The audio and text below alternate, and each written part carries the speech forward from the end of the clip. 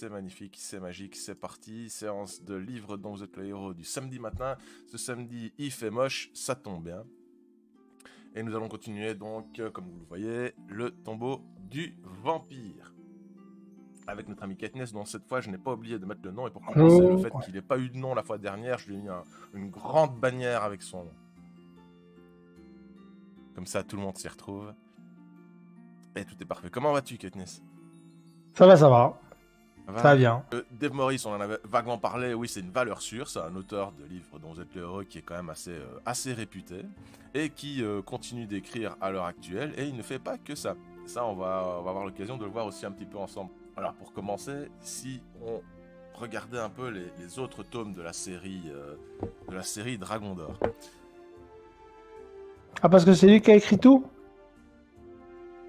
C'est lui qui a écrit toutes les Dragons d'Or. Normalement, il les a tous, pas tous écrits. Il les a pas tous écrits, mais il en a écrit plusieurs et il en a coécrit plusieurs. Mais comme c'est la série dont on parle aussi pour le moment, salut Glutinus. C'est la forme aussi.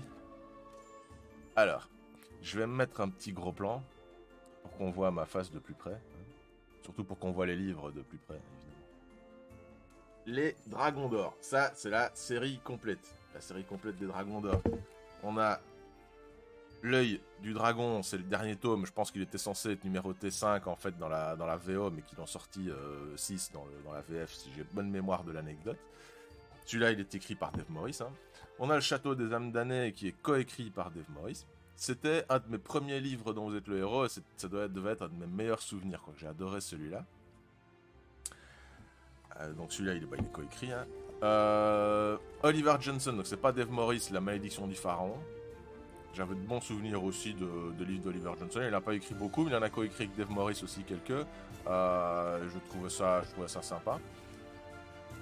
Le Seigneur de l'Ombre, ça c'est un de mes meilleurs souvenirs, je dois admettre. C'est aussi un de mes premiers livres dans notre héros. Et je me rappelle plus de l'histoire, mais j'ai juste des souvenirs. Je me souviens que c'était génial et tout, mais bon, voilà, peut-être que si je le réalisais maintenant, ça me ferait le même effet que le Château de Dracula. Hein.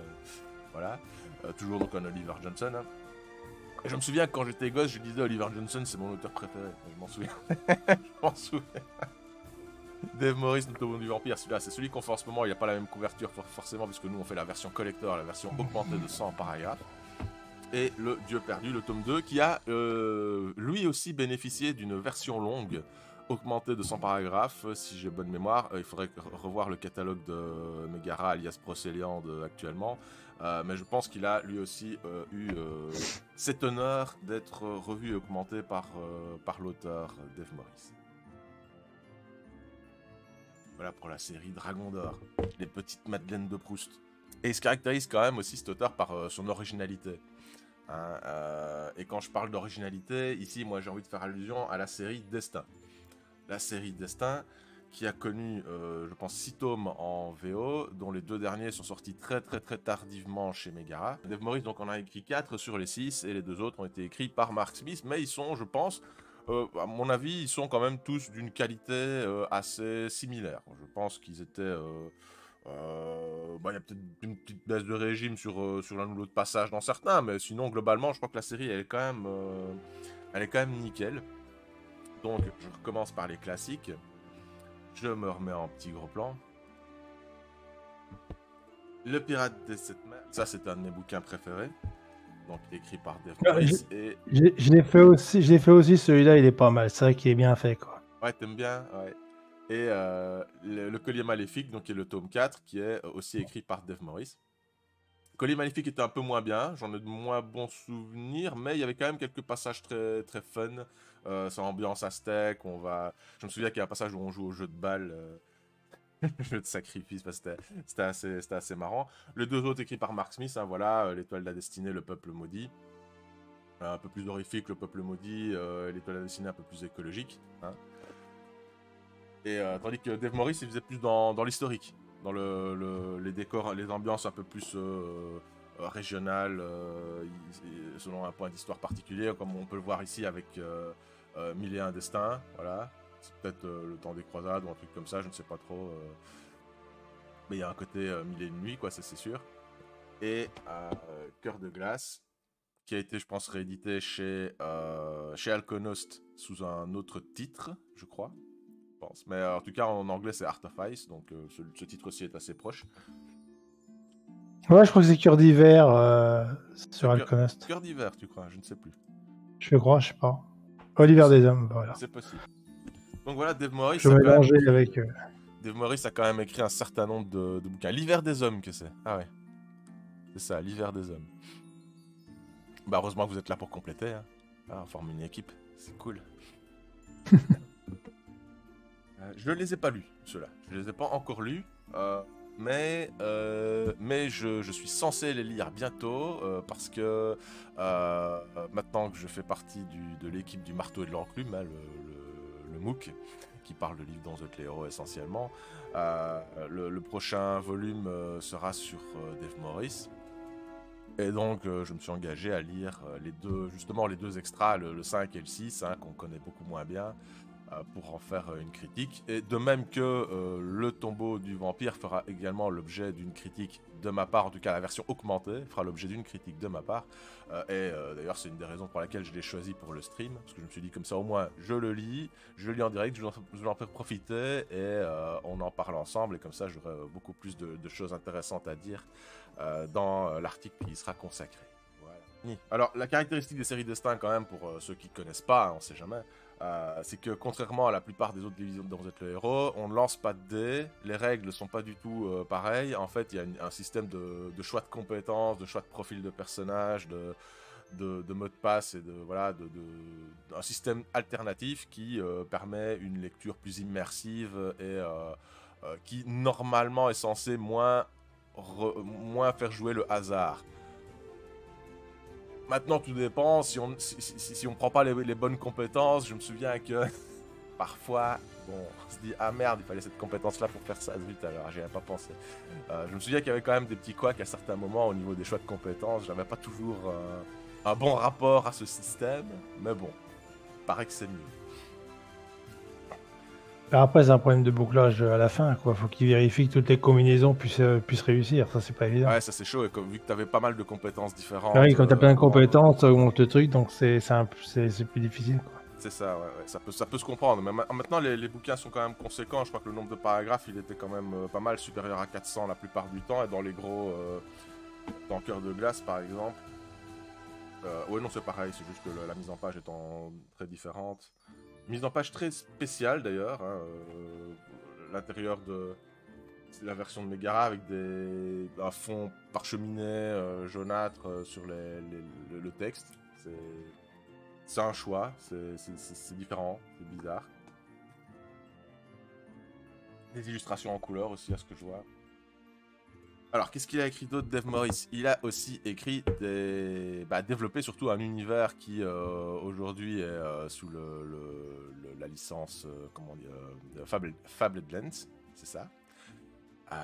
Qui se développe quand même pas mal. Et d'ailleurs, quand on voit la version Tombeau du vampire réédité ici en 2016, on peut lire dans les crédits que le livre est sous licence Fabled Lands. Voilà, parce que le château du vampire, le château du baron de Ténébron, se trouve dans une petite enclave qui est elle-même située dans l'univers de Fabled Lands, qui est un univers développé, hein, un univers qui se décline en plusieurs types de cultures, de régions, voilà, d'où l'intérêt, d'où le sens quand même de l'historicité dans les bouquins écrits par Dave Morris. Hein. Et ici, moi, j'avais envie de vous présenter aussi sa série coécrite, donc notamment avec Oliver Johnson, hein, le même avec qui il a écrit les Dragons d'Or, et Jamie Thompson, avec qui, si je ne m'abuse, corrigez-moi si je me trompe, parce que vous êtes des fins connaisseurs hein, dans le chat. Jamie Thompson, est-ce que ce n'est pas Mark Smith et Jamie Thompson qui avaient écrit un défi fantastique dans le monde plus ninja, là, je sais plus le... C'est Orbus, ils ont fait le Talisman de la mort ouais. Sur l'IDF, et après ils ont fait la série La Voix du Tigre dans le même monde. Ce serait peut-être ça, ouais, si je ne m'abuse. Corrigez-moi si je me trompe, mais j'ai l'impression que c'est bien ça. Donc tout ce petit monde se fréquente, se connaît évidemment, et coécrit des livres. Et donc, la série Épée de légende, qui est quand même assez balèze, écrite et coécrite par Dave Morris, dans cet univers-là. Ah, c'est lui qui a fait la série là? Bah, entre autres, ouais, Dave Morris, Oliver Johnson, Wow. présente. Les 13 Ah, il matchs. fait mal de Qui trucs, a hein. écrit les 13 matchs, c'est pas eux peut-être. Si c'est ça, ouais, il est marqué présente, mais ouais. Illustration de Russ Nicholson, en tout cas dans celui-ci, et sûrement dans d'autres. Donc voilà, quand même qualitativement, c'est du lourd. Je vous les montre un petit peu en gros plan, hein. On en profite, on est là, on est détendu, c'est samedi matin, on commence tout doucement. Les murailles de Spit, hein, le tome 5. L'impossible mission que j'ai galéré à trouver, c'est le dernier tome qui me manquait, celui-là, il m'a fallu un certain temps pour mettre le grappin dessus, et j'étais très content quand j'ai réussi à le faire. Donc le tome 4, le port des assassins, pas facile à trouver non plus. L'épée de légende, le tome 2, l'épée de légende, je raconte, c'est le nom de la série. Le maître des rêves, le tome 2, tout va bien, c'est le matin, j'ai pas pris mon café, ça doit être ça. Et les 13 matchs, le tome 1. Alors cette série-là, je ne l'ai pas faite en entier, moi je pense qu'à l'époque j'ai dû faire le tome 1 ou un autre tome, peut-être au hasard des choses, hein, je ne me rappelle plus très bien. Dans mes souvenirs, on incarne en fait, on joue une équipe de personnages, ou alors on peut jouer à plusieurs, un truc comme ça. Et donc, il y a le chevalier, le voleur, le prêtre, tous les archétypes classiques à la Donjons et Dragons, hein, très, très populaires à l'époque où ces bouquins-là sont sortis, hein, milieu années 80, début années 90 peut-être. Je crois qu'ils avaient joué à plusieurs sur le forum un Ouais. moment. Ah oui, sur le Ils avaient forum, fait des vous avez parties, fait je ça, crois. ouais. Bah, ça me surprend pas, bah oui. Et alors, Ça se prête bien à plusieurs joueurs, ouais. Excuse-moi. On trouve à l'intérieur ce genre de crack. Voilà, ça c'est le bouquin qui craque. Il en peut plus, le bouquin, il pouvait plus tenir, hein, c'était plus possible. Ce genre de plans, voilà, des plans qui sont simplement des cases, en fait, où les personnages se trouvent avec les adversaires, tout ça. Le positionnement pendant le combat, quoi. Ah, ça, les bouquins de chez Gallimard, ancienne époque, qui craquent, franchement. On a beau dire ce qu'on veut sur les couvertures modernes, mais la qualité du papier, et de la reliure, de la consistance de la couverture, franchement, aujourd'hui, il n'y a pas photo. C'est 10 000 fois mieux aujourd'hui, quoi. Et bien entendu, cette série de livres dans The Héros a été adaptée en jeu de rôle. Jeu de rôle, les Terres de légende, donc qui est l'univers dans lequel se passe l'épée de légende. Là, bah, je vous montre pas les bouquins, je vous en montre un au pif comme ça, voilà, Puissance des Ténèbres. En fait, c'est pas un livre dans notre héros, c'est un jeu de rôle. Donc voilà, chaque tome explique des éléments différents relatifs à l'univers et au système de règles. Le système de règles étant pas bien compliqué. Pour ceux qui font du jeu de rôle parmi vous, je ne sais pas s'il y en a beaucoup. Mais moi qui suis un grand artiste, ce système de règles est tellement épuré, tellement basique, tellement minimaliste, que j'en ai été scotché. Je me suis pas rendu compte tout de suite quand j'ai lu le système de règles. J'avais un jour animé des parties de Terre de légende pour une convention qui était dans une optique rétro gaming. Alors j'avais donné comme consigne à mon club de jeux de rôle, je dirais, les gars, à cette convention-là, on fait que du rétro, on prend des vieux jeux, des jeux de rôle des années 80, genre le JRTM, jeu de rôle des Terres du Milieu, ou des trucs comme ça, et on fait jouer que des jeux rétro, quoi. Et moi, j'avais pris ça, les Terres de légende. Et j'avais bien intégré les règles et tout, j'avais fait mes petits personnages et tout, donc voilà. Et puis, je commence à jouer la première partie de la journée à la convention, et tout d'un coup, on me demande une action classique, hein, de type rester discret ou une connerie comme ça. Et moi, je regarde, comment est-ce qu'on fait un jet de discrétion déjà, comment ça marche. Et je réfléchis comme un con pendant une minute, avant de me rendre compte que, en fait, ça n'existe pas. Il y a que des jets de combat, en fait. Les seules compétences qu'on a, c'est l'aptitude à se battre. En fait, le jeu n'avait pas pensé plus loin que ça. mais quand tu fais du jeu de rôle pendant longtemps et que tu été habitué au système de règles un peu évolué et tout, au jet de compétences, tu as une déformation un peu comme ça qui s'installe et tu te rends pas compte, quoi. Moi, je m'étais pas rendu compte, quoi, qu'il y avait ce problème, qu'il y avait ce parti pris dans les Terres de légende. Alors, j'ai aussi la version... j'ai aussi le bouquin de base du jeu de rôle Fablelands, parce qu'il y en a eu un aussi. Ça, il a été édité chez Megara. Donc je l'ai. C'est la page de Planète LDVELH, hein, c'est la liste de ce que Dave Morris a pu écrire, en tout cas jusqu'à la dernière mise à jour de ce site-là. Hein. Et on voit qu'il y a aussi les livres de la série Transformers. Transformers. J'en ai quelques-uns. Pour moi, j'en ai qu'un. Et ça tombe bien parce que c'est un de Dave Morris. Le danger vient des étoiles. Donc Transformers, c'est avec Dave Morris a vraiment écrit de tout. De tout, voilà. Je sais pas s'il était lui-même fan de Transformers, faudrait lui poser la question. Donc voilà, les classiques. Hein, et le repère des morts vivants dans la série Défis Fantastiques aurait été coécrit sûrement par Dave Morris. Je vais cliquer dessus, tiens. Parce que ça, je me rappelle plus. J'adore le repère des morts vivants. Ça. Ah ouais, eh ben voilà, le Jamie Thompson qu'on retrouve. Donc voilà, c'est sûrement une bande de potes qui adoraient les jeux de rôle et les livres dont vous êtes le héros et qui ont écrit des tas de trucs ensemble. C'est quand même sympa de voir comme ça qu'il y a des synergies entre les auteurs. Hein. Dave Morris et Jamie Thompson, bah oui. Repère des morts vivants, je sais pas si vous l'avez fait, moi je l'ai trouvé extraordinaire. C'est un de mes préférés, vraiment, il est terrible. Il est très chouette, hein, bah oui. Alors, actuellement, il faut savoir que Alkonost est en train de rééditer pas mal de trucs des compositions de Dave Morris, hein, bah, notamment la série Destin qui a été rééditée, en tout cas en financement, du tome 1 au tome 4. Je sais pas s'ils sont déjà disponibles à la vente ou pas, je ne sais plus. Du tome 1 au tome 4 et qui avait déjà une réédition du tome 5 hein, dont on a parlé. Et ils ont aussi la série de livres dont vous êtes le héros liés à l'univers de Fablelands. Comme ça, on a connaissance de l'univers complet, hein, jeu de rôle et livre dont vous êtes le héros, c'est quand même plus sympa. Et là, je vois qu'il y a le tome 6, donc aussi avec Dave Morris et Jamie Thompson. On voit ici au-dessus la série Vulcanverse, hein, dont on pourra reparler rapidement. Donc voilà, chez Alkonost, comme je vous le dis, il y a la série Fablelands, tome 1, Cour des Masques, voilà, Horde des Grands Steppes, tome 2. On sent à travers l'ambiance, on sent qu'il y a un côté très... de la volonté de se poser dans un cadre historique particulier et de faire ressortir... Voilà, c'est vraiment du Dave Morris, quoi. Alors, qu'est-ce qu'on a? On a le jeu vidéo adapté de Fablelands. C'est pour ça que c'est devenu une grosse licence, qu'on peut comprendre que un peu partout il est marqué voilà, sous licence Fablelands, parce que voilà, ça a l'air de bien marcher. Je ne sais pas du tout le jeu vidéo, je l'ai jamais essayé, je sais pas du tout ce qu'il vaut. Peut-être que l'un d'entre vous a déjà essayé. Je sais même pas, j'imagine que c'est un RPG. À part ça, je ne sais pas trop quelle catégorie. On voit les images qui défilent ici en dessous. Et nous avons le dernier financement participatif d'Alkonost hein, qui a carrément défoncé le plafond avec 1069% de réussite. T'as commencé toi, Glutinis? Je me disais hier qu'il fallait que je le reprenne. Ah bah voilà. Ça allait être une adaptation fidèle, au moins le début que j'ai vu. Bah ouais, c'est sûrement parce que c'est sûrement chapeauté par Dave Morris hein, en grande partie à mon avis. Il doit sûrement être derrière.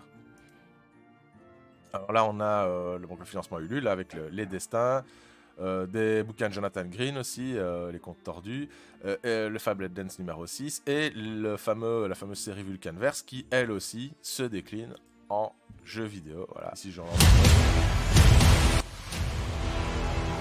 Peut-être que vous avez même le son, je ne sais pas si le son est retransmis depuis la capture de fenêtre, j'imagine que oui. Là, on a, voilà. Donc ici, c'est un MMO apparemment.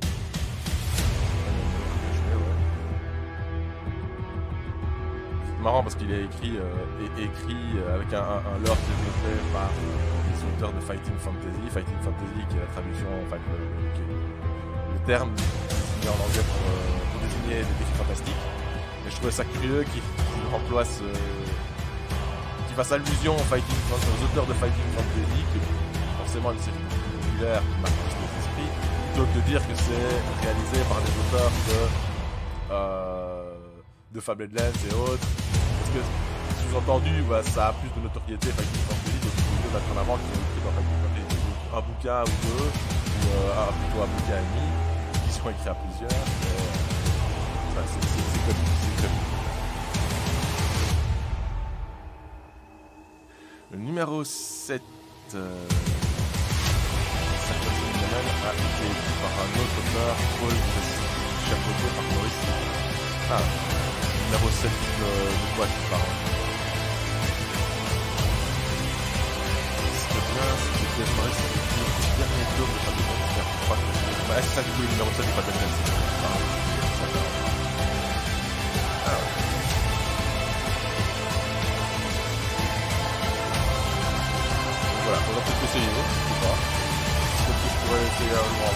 ça, faire un petit stream Vulcanverse. Pour être sympa, pour rester dans la thématique. Hein.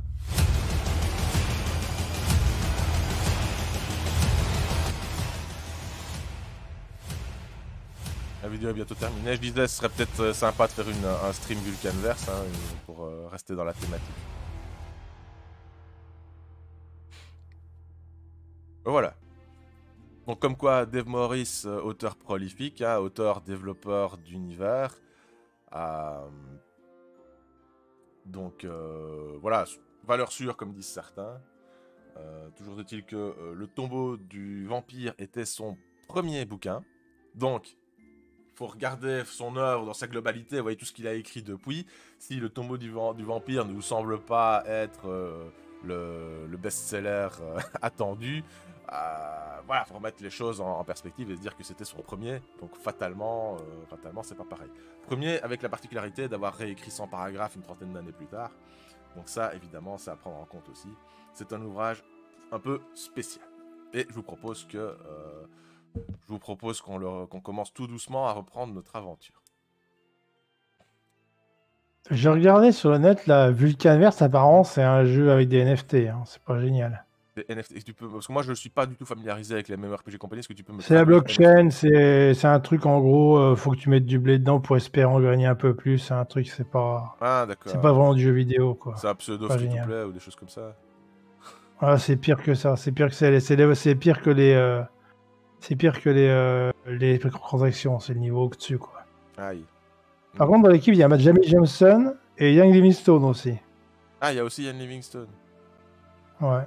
Ah, bah c'est peut-être pour ça alors qu'ils ont utilisé l'image de Fighting Fantasy alors du coup. Ouais, il doit être intégré dans le machin, ouais. Ah, intéressant. Bah ouais, du coup, ça me refroidit un peu, effectivement, pour faire du stream. Ouais, blockchain, c'est quelqu'un. Ah, sauf si pendant la bêta, c'est gratuit. C'est une bêta. Je sais pas, pour moi, j'y touche pas. Don't touch this. Donc voilà, bah du coup, avis mitigé sur la question. Mais voilà, bah moi, voilà, j'ai pas fait ça pour convaincre des bienfaits des MMORPG ou quoi que ce soit. N'étant pas moi-même du tout un converti en la matière. Non, bah, évidemment, vous l'avez compris, c'était pour vous dresser un portrait de Dave Morris hein, dans sa globalité. Voilà, Dave Morris n'est pas qu'un auteur de livres dans Héros, c'est surtout un développeur d'univers. Et c'est en ça qu'à mon avis, que ces aventures sont si appréciées de la part des fans. Si on reprenait notre petite aventure.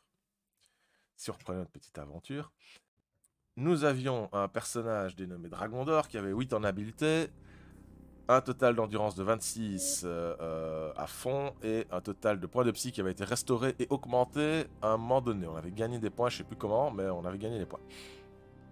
Et nous avions 2 pièces d'or parce qu'on avait fait nos courses, notamment chez le moine. Peut-être que chez lui d'ailleurs. Le moine dont, je pense, j'avais oublié de vous montrer l'illustration. Je m'en suis rendu compte. Et parce qu'elle est quand même culte, hein, l'illustration du moine, faut admettre. C'est quelque chose. Donc je vais essayer de... Ah voilà, je vous la retrouve, elle était au début. Je vous remontre l'illustration du moine en gros plan. Voilà, le fameux moine. Le moine bedonnant. Colorisé, bien sûr. Là, c'est vraiment une caricature. Ah ben c'est ça qui est drôle. La tête a une drôle de position. Oui, qui s'est pris... Bon. Parce qu'il est trop gros, ça. Non, la tête est un peu d'équipe, je sais pas. J'aimerais plus à droite, je sais pas. Alors... Plus à gauche, je sais pas.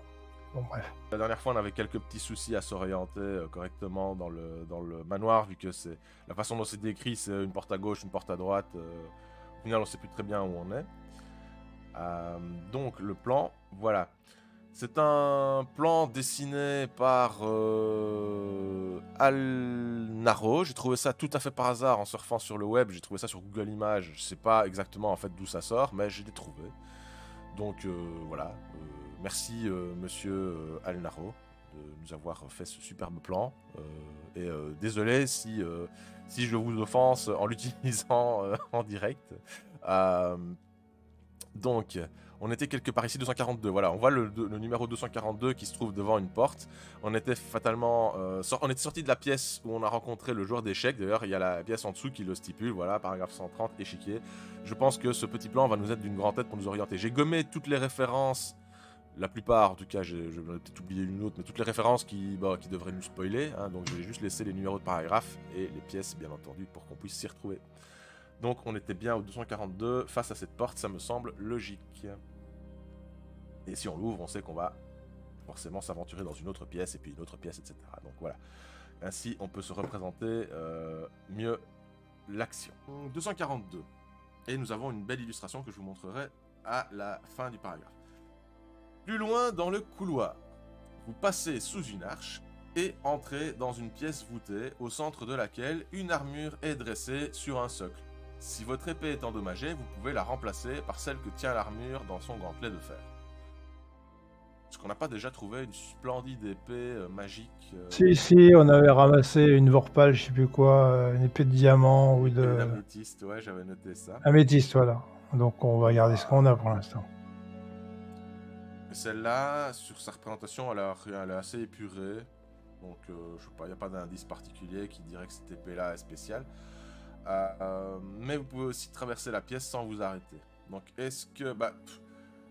ici, le texte dit si votre épée est endommagée, vous pouvez la remplacer. Donc, si on suit au sens strict ce que le texte nous dit, notre épée n'est pas endommagée et on n'a pas besoin de la remplacer. Donc, si on le suit au sens strict, on devrait traverser la pièce sans rien faire.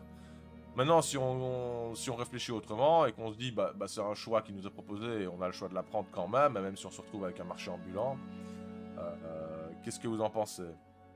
Qu'est-ce que t'en penses, toi, Katniss? Moi, personnellement, je préfère l'autre épée, quoi. Celle qu'on a actuellement. Ouais, celle qu'on a récupérée sur le cadavre. Ouais. C'était un cadavre, je crois que on avait repéré ça. Ouais, c'était sur un squelette. Sur un squelette en dessous du portrait. Donc, ouais, non, je vois pas l'intérêt de changer, quoi. Non, effectivement. Donc nous allons au 365, mais je vous montre quand même l'illustration, hein, parce que ça fait partie des plaisirs du stream. Une armure portant une épée.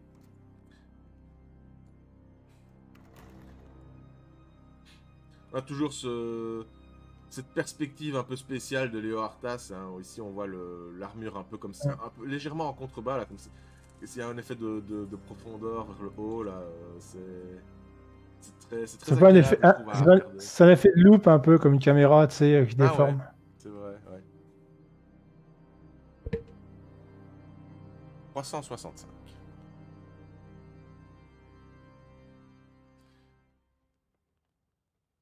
Un court passage vous mène dans une pièce ayant deux issues. Une porte de chêne rongée par les vers, s'ouvrant dans le mur opposé et une plus petite porte sur votre droite. Au centre de la pièce, un épais rouleau de corde noire est posé sur un coffre décoré de cuir. Si vous décidez d'aller examiner le coffre, rendez-vous au 11.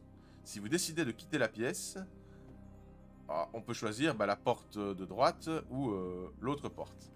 Donc d'abord, dans un premier temps, est-ce qu'on essaie d'ouvrir ce fameux coffre dont j'ai ici l'illustration, que je vais vous montrer. Ils ont fait une illustration par paragraphe? Je ne sais pas, mais c'est vrai que là, on enchaîne. Donc voilà un coffre. Avec une corde noire, effectivement, dessus. Et on entrevoit l'une. C'est une coffre. Voilà. C'est un très beau coffre, hein, mais était-ce vraiment utile de le dessiner? Je ne sais pas.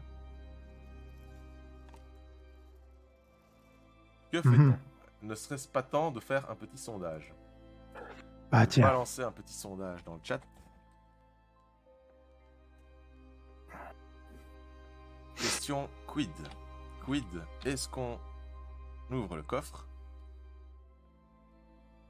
Ou est-ce qu'on ouvre une porte? Je mets coffre ou porte dans un premier temps. Après, si c'est la porte, on verra si c'est la porte de gauche ou la porte de droite, quoi. C'est un mimique. On va se faire défoncer. C'est peut-être un mimique. Mais les mimiques, il y en avait déjà bien avant Dark Souls. Je crois que le premier que j'ai vu, c'était dans les Dragon Quest. C'était sur Super Famicom. Et peut-être même qu'il y en avait sur la Super Famicom, la Famicom de base, la petite 8 bits dans les Dragon Quest. Moi je dirais... Ça date, ce il y en avait mécanisme. sûrement dans Donjons et Dragons. Ça, j'en sais rien. J'ai fait qu'une partie de Donjons et Dragons. Le système a tellement gonflé, je n'ai jamais rejoué. Donc je peux pas te dire, mais c'est possible. Je ne serais pas surpris d'apprendre que ce serait une invention de Donjons et Dragons. Peut-être pas, mais je ne serais pas surpris. Après, le problème, c'est que des fois, il y a des trucs, tout le monde peut avoir la même idée plus ou moins en même temps ou à temps différent. Il n'y a pas forcément quelqu'un qui a repompé dessus non plus, quoi. Bien C'est possible. En tout cas, le nom de Mimique, ce serait bien possible. Une rétrospective des mimiques dans les jeux et les jeux vidéo. Oui, je t'en prie. Je t'en prie, vas-y. Vas-y, on t'attend. Je t'invite sur ma chaîne et tu nous prépares ça. Le coffre, bien entendu. C'était évident. C'était évident. Alors, c'est donc au 11.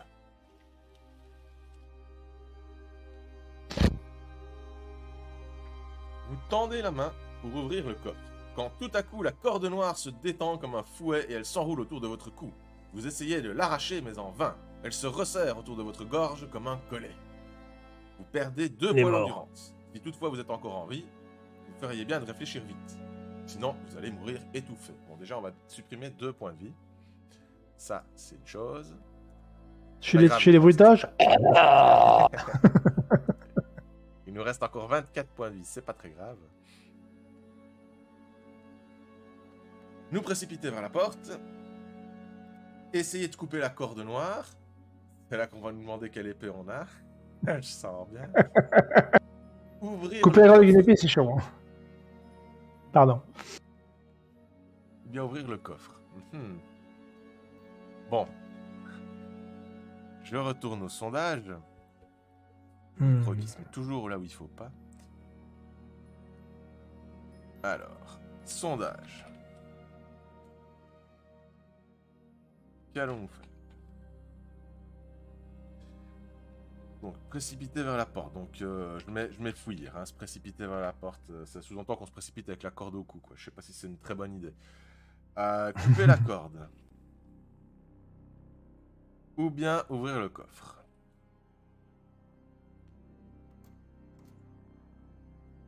C'est parti, vous avez 1 minute pour choisir votre meilleur choix. C'est hésitant quand même. Dans la version de base, on est équipé d'une épée et d'un poignard. Ici, le poignard, il a été supprimé. Je me serais dit, si on a un poignard, on peut effectivement couper la corde, parce que couper avec une épée, c'est jamais très pratique. Mais là, on n'en a pas. Ouvrir le coffre, je sais pas, peut-être. Bah. Ouvrir le coffre. Ouais, moi, je vais mettre ouvrir le coffre. Ah, vous voulez couper, vous. On réfléchit pas pareil. Hein. Est-ce que je triche pour savoir ce qui se passe? Si on ouvre le coffre.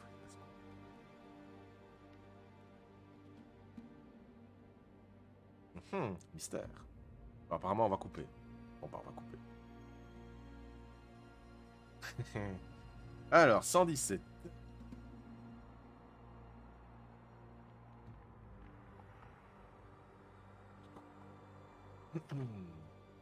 Vous essayez frénétiquement de trancher la corde qui vous étrangle, mais votre arme est longue et elle n'est pas du tout conçue comme pour un tel usage.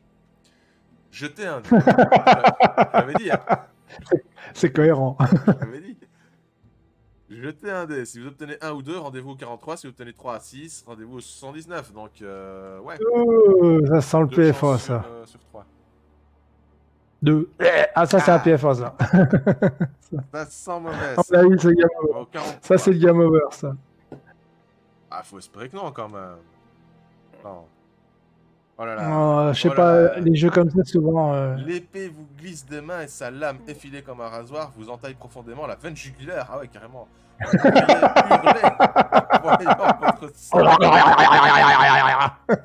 en voyant votre sang gicler à grand flot sur le sol de pierre, mais la corde qui se resserre autour de votre gorge ne laisse passer qu'un pauvre sanglot étranglé.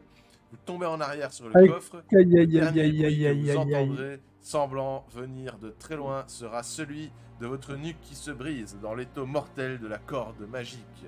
C'est de votre... L'epic fail total. J'avais dit qu'il fallait ouvrir le coffre.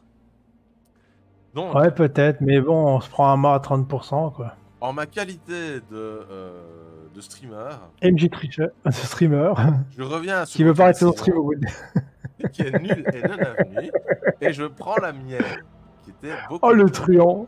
Oh, le truand. Alors, c'était où maintenant? Faut que je retrouve l'illustration du coffre. Attendez, allez, on va quand même pas tous se Oh, retaper, quoi. Pas déconner. allez, allez, allez, au dodo. Sauf qu'on est jamais qu'au début de l'aventure, en fait, hein, je vous le rappelle. On traînasse, on présente des livres et tout, on fait des intros qui durent longtemps. Voilà, à qui la faute, hein. Alors, votre crâne explose presque, vos poumons sont en feu, mais vous parvenez à soulever le couvercle du coffre. À l'intérieur se trouve une fiole contenant un liquide bleuté et un parchemin cacheté de cire. La corde vous étrangle et il ne vous reste que très peu de temps pour agir. Allez-vous lire ce qui est écrit sur le parchemin ou boire la fiole? Je ne sais pas si je dois vous laisser le choix. On va arroser la corde avec la fiole. C'est de Je l'équipement, sais donc je veux pas, dire, c'est je toi sais qui pas. décides. Donc, tu bois la fiole? Je sais pas, boire la fiole, je vois pas quel effet ça pourrait avoir. Alors que le parchemin, on peut espérer que c'est un sort de désenvoûtement. Je vois pas ce que ça peut être d'autre. Peut-être. Donc, tu Parce ferais que boire la fiole, je vois pas ce que ça peut te faire, quoi. Tu prendrais le Bah parchemin? là, je prendrais le parchemin, c'est ce qui me semble le plus cohérent, quoi. Peut-être que c'est une potion qui gonfle les muscles de ton cou et qui fait craquer la corde. Oui, on peut imaginer n'importe quoi de toute façon. Donc, Le parchemin. il y On en va aller voir a, le parchemin, hein. Donc, on va lire le parchemin, hein, pas un peu de lecture. 248. Pas facile. Priant le ciel pour que le parchemin contienne quelque indice qui vous sauverait la vie, vous le déroulez en toute hâte. Il n'y a qu'un seul mot écrit. Une écriture ronde et déliée. Nessu. Tandis que vous le prononcez à haute voix, en tentant d'en comprendre le sens, la corde relâche son étreinte et retombe. Youhou!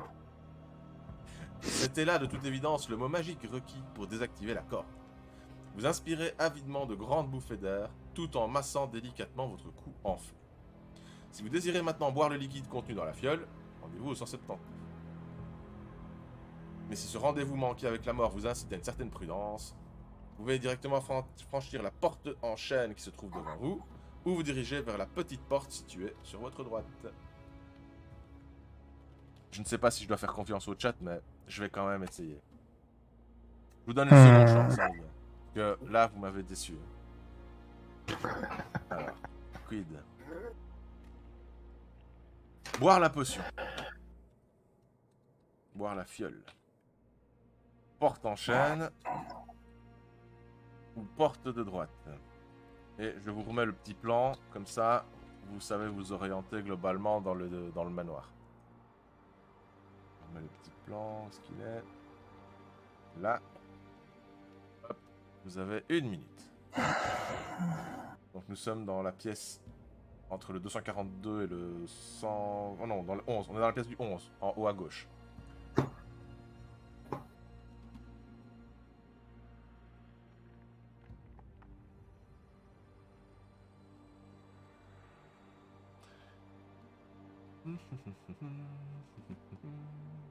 On a soif.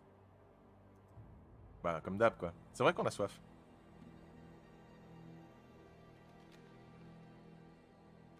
Alors, est-ce que je vais voter?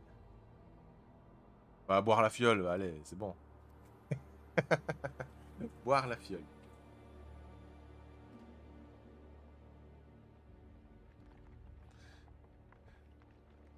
Picolum, picolum. Je pense qu'on est bien parti pour le 179. Ah, je suis sûr que ça va être bien. Dave Morris, il a un esprit tordu. Hein. Faut rentrer dans son esprit. Bien que la couleur du liquide ne soit pas très engageante, vous appréciez son goût rafraîchissant. Tandis que vous videz la bouteille, une sensation d'énergie se répand dans tout votre corps. Vos plaies et contusions guérissent sous vos yeux à une vitesse miraculeuse. Ramenez votre total d'endurance à son total de départ. Je le savais, je vous l'avais dit. Je vous l'avais dit. Faut me faire confiance. Nous restaurons total d'endurance. Ensuite, vous vous débarrassez de la bouteille et vous vous vous essuyez la bouche du revers de votre gantelet. Votre visage arbore maintenant un sourire menaçant. Revigoré à bloc, vous allez montrer à vos ennemis quel guerrier vous êtes. Bon, elle est quand même dragon d'or, quoi. Super. Allez-vous à présent sortir par la porte de chêne ou la petite porte? Porte de chêne ou petite porte, les gars? Il y avait un vote pour la porte de chêne. C'est moi. C'est toi. Alors, porte de chêne, tous les choix sont soumis au vote. Est-ce que tu pourras rapprocher ton micro? Maintenant, on t'entend moins fort. Bah oui, mais c'est parce que quand je m'installe... Mais le problème, voilà. Voilà le bouquin. Et j'essaye de faire un truc un peu ludique en dessous en montrant la lecture du bouquin. C'est qu'il doit y avoir un compromis entre la position de mon micro et la position de mon livre. Donc, j'essaye de faire ce que je peux. Je fais ce que je peux. Parce que le problème, c'est que voilà, une fois que je commence à lire, bah, ma bouche, elle est plus devant le micro. Faudrait que j'ai le livre comme ça. Et bah, faut avouer que c'est quand même pas super pratique. Hein. Faut admettre. Ou alors, il faudrait que j'achète un micro, un petit micro là, à mettre sur moi quoi directement. Mais bon, c'est. Je vais essayer de tenter des trucs. Mais là, si je fais comme ça, par exemple, bah là, du coup, avec la caméra qui est ici, qui regarde, on voit juste le micro et voilà, et c'est pas terrible quoi. Un micro-cravate, mais ouais. Sur la reliure, bah oui. Ce que je devrais faire par contre, ça je crois que j'en ai un, mais j'ai pas les piles. Une lampe à accrocher sur la couverture. Comme ça éclaire directement le bouquin. Je crois que ça pourrait donner un truc, ça. Bon, on va essayer de faire au mieux avec le micro. Hein. Alors, j'étais où moi? La porte en chaîne ou pas? Bon, allez, je vous remets un sondage, les gars. Non, c'est pas. Je suis gland. Hein. Je vous remets un sondage. Vous dépensez vos points de chaîne, vos points de paragraphe. Alors, quelle porte? Celle en chaîne ou celle ou l'autre? Voilà. Vous pouvez voir sur le plan que la porte en chaîne qui est censée être devant nous, j'imagine, nous mène au 255. C'est ça. Donc dans une vaste pièce, une vaste salle. Tandis que l'autre porte va nous mener vers un escalier. Si l'on en croit ce qui est écrit sur le plan. Alors comme il y a 100 paragraphes de plus dans le bouquin, il y aura forcément un moment où il y aura peut-être des pièces qui ne sont pas sur le plan. J'imagine que ce plan-là est le plan du livre de base. Donc j'imagine qu'il y a un moment ou l'autre où on va aller dans des passages inédits et donc là on n'aura pas le plan pour se référer. Halte au consumérisme. Mais que consomme-t-on? Bah, des points de chaîne, tiens. Des points de chaîne, voilà. Mes petits points de paragraphe. Ils sont tout jolis, mes points de paragraphe. Alors oui, si vous ouvrez les points de paragraphe, en dessous, faites pas attention à tout ce qu'il y a dedans. C'est des trucs pour le jeu de rôle, en fait. Donner des piécettes aux joueurs, tout ça, c'est pour le jeu de rôle. Ça sert absolument à rien dans le livre dont vous êtes le. La porte en chaîne, voilà. Je suis certain qu'on a choisi la porte en chaîne parce qu'elle a une qualité de nommée. Que l'autre pas. Je suis sûr que ça vous a influencé dans votre choix.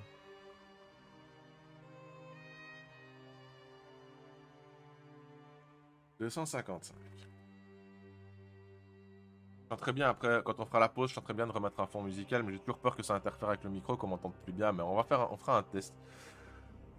Vous entrez dans une pièce dont les murs en pierre de taille portaient autrefois des fresques, désormais presque entièrement effacées. Au centre du mur qui vous fait face, à environ 1 mètre du sol, s'ouvre un trou qui semble être l'entrée d'un étroit boyau.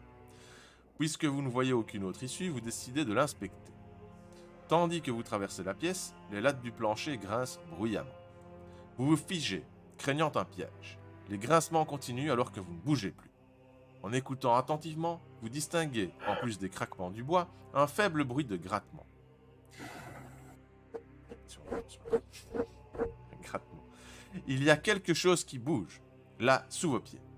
Si vous désirez quitter au plus vite la pièce en vous introduisant dans le boyau, rendez-vous au 4.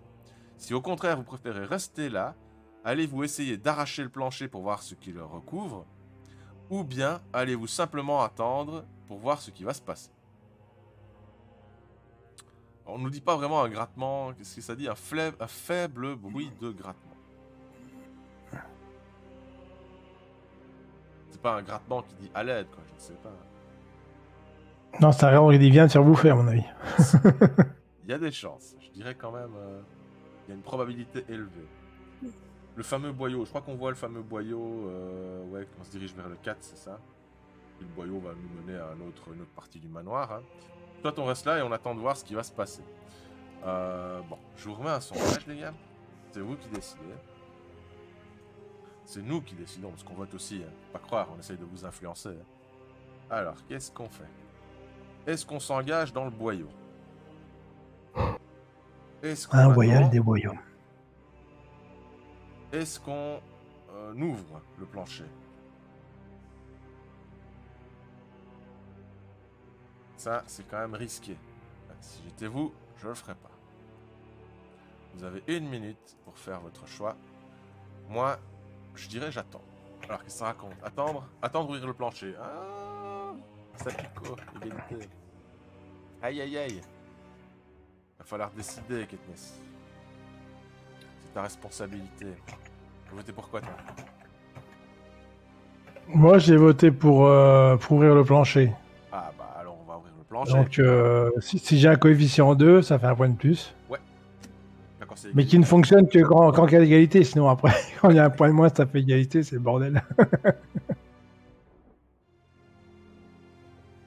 Alors, où en sommes-nous?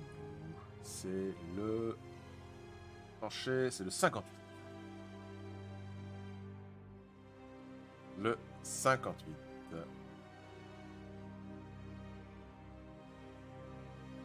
Ah, une de mes illustrations préférées, j'adore cette illustration.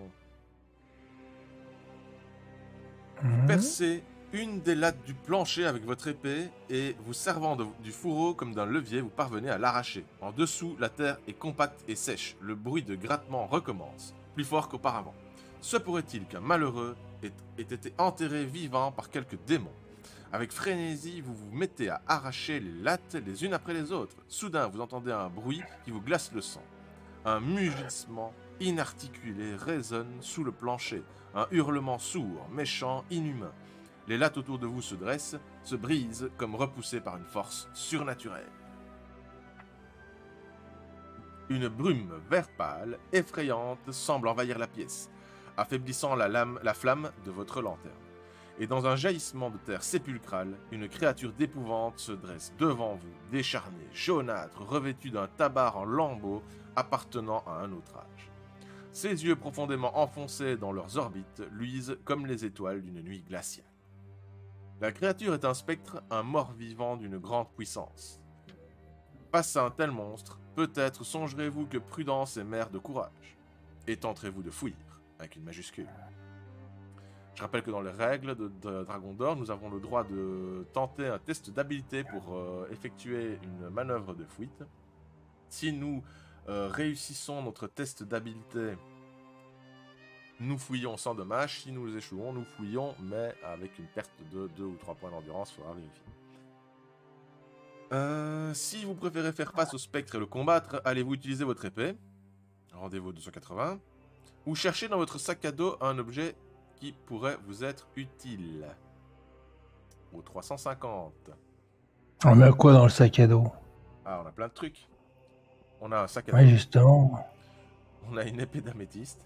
On a une lanterne, de l'huile sainte, qui cause 5 dégâts automatiquement à... Je crois que c'était un mort-vivant, justement, ou un démon. Ah, ça peut être sympa, ça. Un baume de soin. Maintenant, est-ce que c'est Ouais, utile... j'avais pris... Est-ce que c'est utile d'utiliser un objet de ce standing contre une créature dont on a quasiment provoqué la venue? Une question que je me pose. Oh, c'est pas pire que de te faire travailler par une corde, hein. Ouais. C'est comme tu veux, l'équipement c'est toi qui gères. C'est toi qui gères. C'est toi qui décides. Si on fait de l'équipement, si on en fait pas, c'est autre chose. Ici, donc, on peut combattre le spectre avec son épée, ou bien regarder dans son équipement, ou bien fuir. J'ose espérer qu'on va quand même... D'un autre côté, on est en pleine forme, on a HP maximum, donc à l'arrière, c'est vrai que vaut mieux lutte cardiaque en Joker quand on est vraiment en danger. Quoi. Je vois pas trop le combat quand il va être, donc... Est-ce que... Bah ouais, de toute façon, comme il y a un choix d'équipement, je dirais... c'est toi Bah, qui pour penses. l'instant, ouais, on est HP max, donc je vois pas trop intérêt non plus de claquer tout de suite l'objet comme le claquer, Ouais. soit pour en achever un, soit au cas où on nous le demanderait plutôt. Donc on irait au Donc 280 non, combattre. on va pas faire Bah, après, il y avait une fuite, non? On n'avait pas le droit de fuir? On a le droit de fuir, oui. Oui, on a le droit de fuir. Bah, c'est lâche. Bon, par contre, entre la fuite et le combat, après, je sais pas si tu fais un vote, quoi. Ah, je serais tenté de combattre un peu quand même. On peut y aller, hein. Moi, ça me Si tu ne dérange te pas. décides pas, je relance le chat. J'ai Je relance le son. j'ai pas peur, moi, j'ai pas peur. T'as J'ai pas pas peur. peur? On combat? J'ai pas peur. J'ai pas peur, j'ai plein de HP, j'ai pas peur. Ok. Ah oui, l'illustration. J'ai failli oublier. Non, j'ai perdu ma page. Mon illustration préférée. C'est à quel paragraphe déjà? Là, voilà, le voilà. Je vous montre ça. Ah, il est bien fidèle à la description. Hein. Le squelette qui sort du cadre de l'illustration.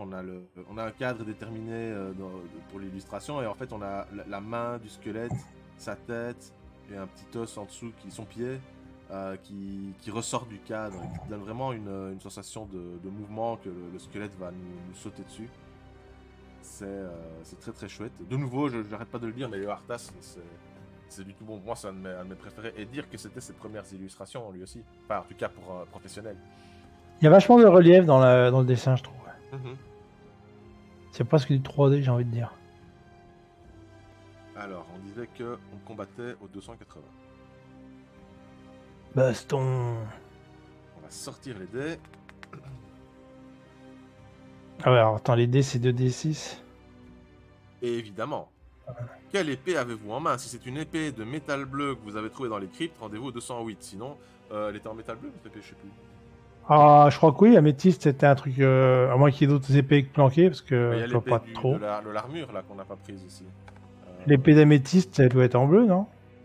L'améthyste, J'avoue que- c'est bleu, je crois, comme pierre. L'améthyste, ça dépend, ouais, il y en a des mauves aussi, mais pou. Toi, t'as marqué quoi dans T'as marqué améthyste, hein, Moi c'est j'ai ça? marqué épidaméthyste. Maintenant j'ai pas marqué Ouais. tout son descriptif. Après, il te demande... Ouais, c'est ça, tu es là, le problème, c'est qu'il te demande un nom, puis après, il te demande autre chose. Une épée de métal bleu, c'est vrai que... Faudrait retrouver... mais je crois que c'est celle-là, je crois qu'elle était en bleu. C'est Hein. vrai qu'une épée de métal bleu... Ce que je peux faire aussi pour être sûr, c'est d'aller, voilà, je suis dessus, d'aller voir ce qui se passait quand on retirait l'épée de l'armure, voir si elle est qualifiée d'épée de métal bleu. Si c'est le cas, c'est que c'est pas celle qu'on a. Je vais regarder ça. Alors... seconde, peut-être faire cette Ah, c'est le bordel. J'espère que ça veut pas encore dire qu'on meurt, parce que là, par contre, là, il va falloir revoir les choses. Bon, ils disent rien. Ils disent rien, donc à mon avis, c'est celle-là qu'on a, l'épée métal bleu. Ok, on va Je partir du pense principe qu'elle c'est était bien en... Je pense qu'elle était en métal. Je pense qu'elle était en bleu, ça me dit quelque chose, mais je suis pas sûr. Et comme un gros gland, j'ai perdu mon paragraphe, comme d'hab. Ah, voilà, le squelette. À 280. Ouais, 280. 208.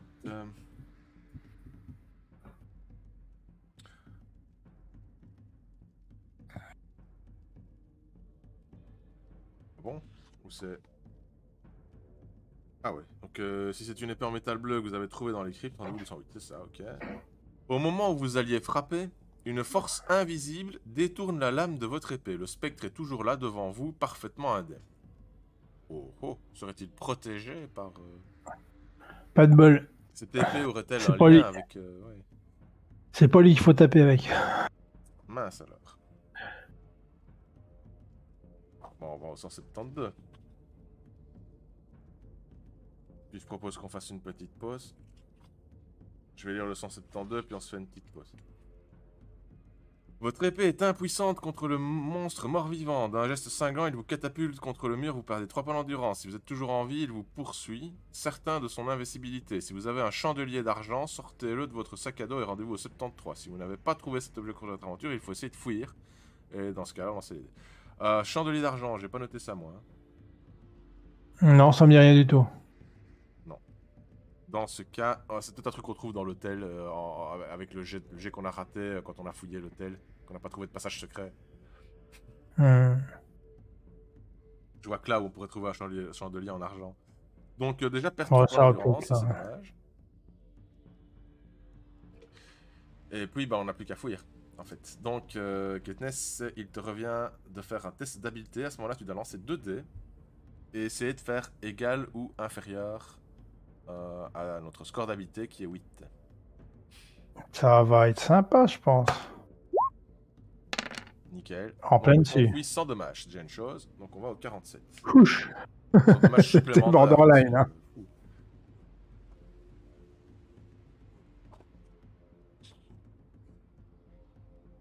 Voilà, je vais clôturer la scène avant la pause. Vous vous ruez vers la porte, mais le spectre s'avance et vous frappe aisément. Ah merde, vous perdez 3 points d'endurance. C'est pas correct. Si vous êtes toujours en vie, vous êtes parcouru de tremblements. Un horrible frisson glacial irradie de l'endroit où le spectre vous a touché, se répandant dans tout votre corps. Lancez 2 dés. Si le chiffre que vous obtenez est inférieur ou égal à votre total de psy, rendez-vous 270. S'il est supérieur, 191. Bah, faut lancer 2 dés et confronter ça à notre psy. Allez, c'est reparti. On a un objet. T'as enlevé les 3 on a un objet qui nous donne. On n'a pas un truc qui nous donnait plus 4 en psy pour un test? J'ai pas noté ça. On l'a pas pris peut-être. Ah, on l'a pas pris. On l'a pas pris. On l'a pas pris. Mais je me souviens qu'il y avait un objet comme ça. Donc voilà. Ouais, mais je crois qu'on avait plein de psy, ça servait à rien, je crois. Bah, pas que ça servait à rien, mais On est à 7 savait pas seulement trop à quoi ils allaient servir. Ouais. Faut lancer Oh, 2 c'est dés. pas grave. Attends. C'est parti, mon kiki. Est-ce qu'il y a la caisse? Alors, un petit nombre ou un gros nombre? Bon, ça va. 7. T'as fait Oh là là, et donc j'ai j'ai que des just limites, quoi. Hein, nickel, donc là je pense qu'on est bon. Je vais quand même décompter les 3 points d'endurance, malgré ouais, tout, je trouve voilà que ça. c'est pas correct, c'est pas correct. Parce que ça nous met en porte-à-faux par rapport à la règle même de la fuite. Voilà. Ça veut dire que si on suit la règle Ah, au sens, vraiment comme elle a expliqué, si on foire le jet de fuite, on perd 3 points en plus. Donc en tout, on aurait perdu 9 points. 270. Ouais, mais peut-être que c'est un monstre particulier qui viole la règle, il a le droit, hein. Ça peut arriver. Sûrement. Grâce à ses pouvoirs surnaturels, le spectre tente de vous vider de toute conscience. Par un immense effort de volonté, vous parvenez à résister à cette magie démoniaque en vous arrachant à son emprise. Vous plongez dans le trou qui s'ouvre dans le mur et rampez dans l'étroit boyau, où vous êtes enfin en sécurité. Nous venons de fuir, avec succès, moyennant la perte de quelques points d'endurance. Je rappelle qu'on en a encore perdu 3, parce que c'est un méchant spectre qui nous absorbe notre vitalité. Avant, on avait perdu la vie, c'est pas mieux. Ouais, bah c'est vrai. À choisir. Vous rampez le long d'un boyau étroit en direction d'une lueur et débouchez bientôt dans un tunnel. La lumière que vous avez aperçue provient d'une lampe à huile suspendue au plafond. Vous pouvez à peine discerner le contour d'une porte à l'extrémité du tunnel sur votre droite. Sur votre gauche... Désolé, j'ai mon siège qui est absolument pas bien mis du tout. Voilà, c'est beaucoup mieux. Vous pouvez à peine discerner le contour d'une porte à l'extrémité du tunnel sur votre droite. Sur votre gauche, le tunnel se poursuit dans l'obscurité. Souhaitez-vous tenter de décrocher la lampe à huile suspendue au plafond? Si oui, notez-la sur votre feuille d'aventure. Et rendez-vous 81. Si vous ne voulez pas de la lampe, vous pouvez aller à gauche ou à droite. Je remets un petit coup de plan. Mais on l'a déjà, une lampe, je crois. Bah, on a une lanterne. On a même Lanterne, pu... ouais. À un moment donné, on aurait même pu en avoir une deuxième. Mais là, Oui, c'est bah, on va pas faire une collection non plus, je sais pas. Donc, on est au 4. Donc, le tunnel, c'est ça. Donc, on se dirige là-bas. Et alors, on a quoi, une porte? Non, une gauche-droite. Donc, face droit. Ici, le plan, c'est devant et face devant et à gauche. C'est pareil. C'est ça. Bon. Est-ce qu'on prend de l'équipement, c'est toi qui décides. Donc, tu décides. Bah non, j'ai rien, on va pas en avoir... non, c'est bon, on va pas prendre les trucs en triple, quoi. On ne prend pas la lampe à huile. Est-ce qu'on va à gauche ou à droite, par contre? Là, c'est le chat. Le chat décide, je rappelle les modalités du chat pour ceux qui nous prendraient en cours de route. Les modalités de notre aventure, livre dont vous êtes le héros de Dave Morris, le tombeau du vampire, version augmentée de 100 paragraphes et illustrations en couleur.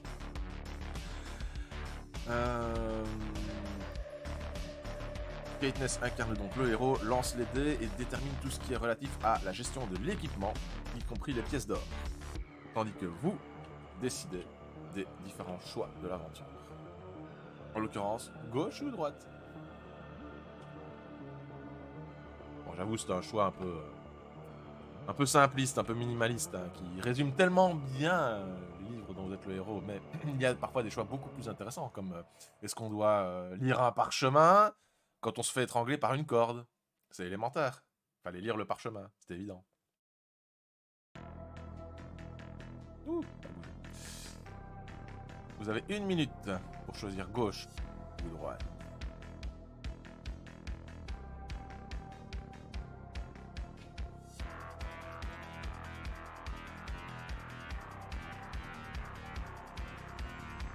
On peut voter plusieurs fois apparemment. Ben, je sais pas, c'est mystérieux. Il y en a qui me disent qu'ils votent plusieurs fois, mais moi-même, je peux pas voter plusieurs fois. Ah si, parce que quand j'ai voté, là j'ai voté, tu compteras un de moins à gauche. J'en ai voté 2. Parce que quand j'ai voté, en dessous il y a vote 100, il reste. Tant que tu as du pognon, apparemment tu peux voter. J'ai cliqué dessus une fois, là tu vois, j'ai cliqué une dernière fois. Moi je peux pas voter plus. Ah, c'est bizarre, c'est ta boutique. Bah oui, c'est pour ça que je me suis pas rendu compte tout de suite, parce que moi ça m'avait l'air correct. Je me dis, moi je peux. Donc tu vois, gauche il y a 5, mais en fait il y en a que 2, parce que moi j'en ai mis 3. Donc j'ai claqué 300. Je te donne des sous de chaîne quoi. Ok. Donc bah, en fait c'est pas 5, c'est 3, 1. Bon ça change rien. Tu vois, j'ai contribué avec 200 points de chaîne. Ça permet de Le premier vote est gratuit peut-être? Ouais, le premier est gratuit et après tu claques. Apparemment. J'ai voté 3 fois et c'est marqué que j'ai contribué avec 200 points de chaîne. Ah oui, effectivement. Ah, c'est bizarre parce que je n'ai pas souvenir d'avoir paramétré ça comme ça. Moi j'avais souvenir d'avoir paramétré 100 points de chaîne le vote. Bah oui, moi avant si, ça coûtait des points de chaîne avant. Alors j'ai un truc qui a changé. Il me semble aussi que ça coûtait des points de chaîne avant. Ouais, c'est bizarre. J'étais surpris, je dis ouais, les mecs qui viennent d'arriver, ils peuvent pas voter tout de suite, j'avais dit. Je sais pas. Bon, on peut le laisser comme ça, hein, mais je vais quand même revoir les paramètres de ça. Donc nous allons à gauche. Bah oui. Nous allons à gauche.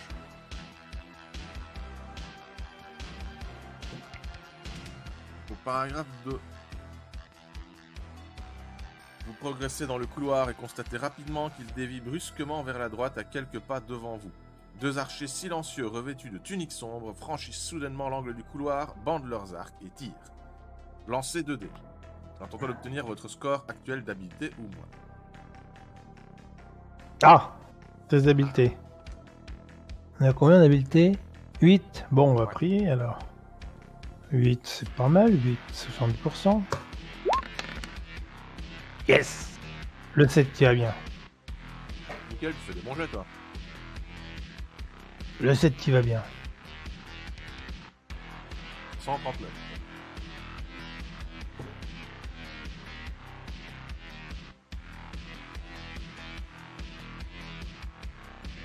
Vos réflexes éclairs vous sauvent la vie.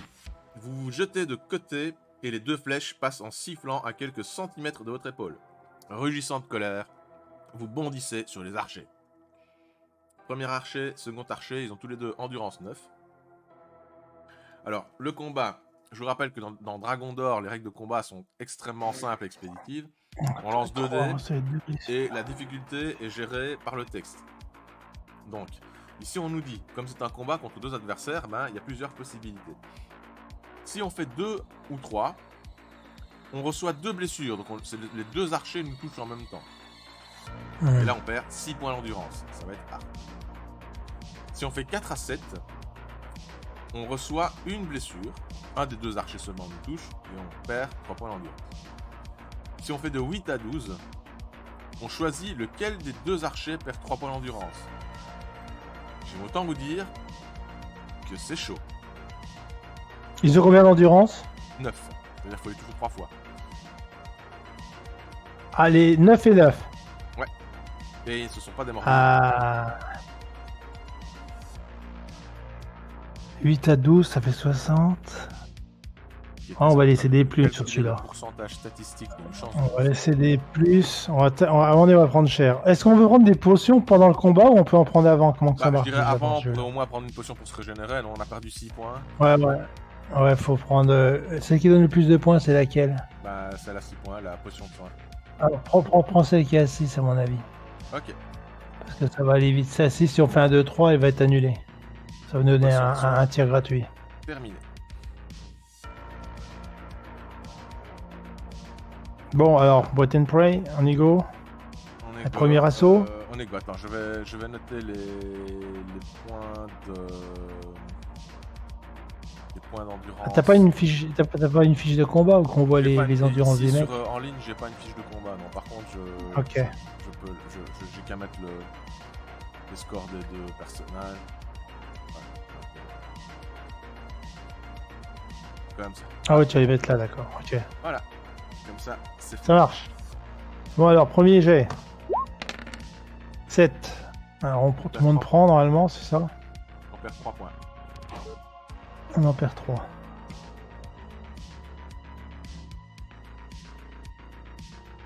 Et tu peux continuer à lancer des dés comme ça, jusqu'à ce que... Attends, on les touche qu'à 8-12, c'est ça? Non, je répète. Concentre-toi. 8-12, ouais. C'est ça, on les touche. Voilà, c'est ça. Ouais. Et là, j'ai fait 7, ça fait 7, on prend. Un des deux seulement nous touche. Parce que donc c'est de 4 à 7, ça. Ah, et c'est 2, et c'est 2, 3. On les touche tous les deux. D'accord, donc faut faire des gros chiffres. D'accord. Ok, ça marche. Deuxième tir. Ça, 11, ça c'est bon pour nous, ça. Bon, on en touche un des deux. Ça n'a aucune importance. Je prends le premier. De toute façon, on va s'acharner sur un, de toute façon. Hein. Faut pas s'énerver. Oui, c'est plus pratique. Troisième tir. 5. Donc on prend. C'était 2-3. Faut pas qu'on fasse 2-3. Voilà. Là, on a grillé notre potion. Ok. On y go. 4. Ça commence à se rapprocher des mauvais chiffres là. On va peut-être se bouger un peu, les enfants. Suivant. 8. 8, c'est bon ça? Ouais, c'est bon, je crois. C'est un double, ça compte x2. Allez, encore un 12 là. 6, pas glop. On est en combien en PV? 17, ça va. Allez, en gros chiffre, les enfants. On se sort les. Non, 7, c'est pas bon, on avait dit. Aïe. Non, les dés, ils font des petits chiffres. Hein, ils sont sur des tests d'endurance. 4. Oh là là là là. Je dois admettre que les dés sont pas avec nous là. Statistiquement, ouais. Je fasse au moins un lancer de dés pour voir. Comme ça, non. rétablir la statistique. Non, ça vient. 8. Ah, 8. Tiens, tu vois. Bah, il y en a un qui est mort. Ça se passera bien. Eh ben, il y en a un qui est mort. Donc, qu'est-ce que ça dit quand il y en a un qui est mort? Bah, c'est bon, il faut que tu tues le deuxième. Ça dit que... Bah, en tout cas, c'est vrai qu'ils auraient pu au moins expliquer que 2 et 3, du coup... Alors, voilà. Statistiquement, la place que prenaient le 2 et le 3, est-ce qu'on la prend pour nous ou est-ce qu'on la laisse à l'adversaire? Normalement, les deux adversaires touchent. Comme il n'y a plus qu'un adversaire, c'est un adversaire qui touche. Donc de 3, ça deviendrait le 4-7, quoi. C'est comme il n'y a qu'un adversaire, on peut être toucher 2 fois. Ouais. Si l'adversaire pouvait toucher 2 fois, ça veut dire que le même touche 2 fois, il aurait fallu une touche 4 fois avant. Normalement, maintenant, on n'a plus que 2, qu'on n'aura plus que 2 zones. 8 plus, on gagne, et 7 moins, on perd. Et que 1. Et le 2-3 n'existe plus. Le 2-3 n'existe plus, le 3 devient 4-7 en fait. Autant pour moi, normalement. Il y a une remarque à la fin, si vous parvenez à tuer l'un des deux, rendez-vous 257. Ah bah, encore moins mal la tête, donc bon, finalement c'est fait alors. Mais on a quand même pris cher, hein, les gars.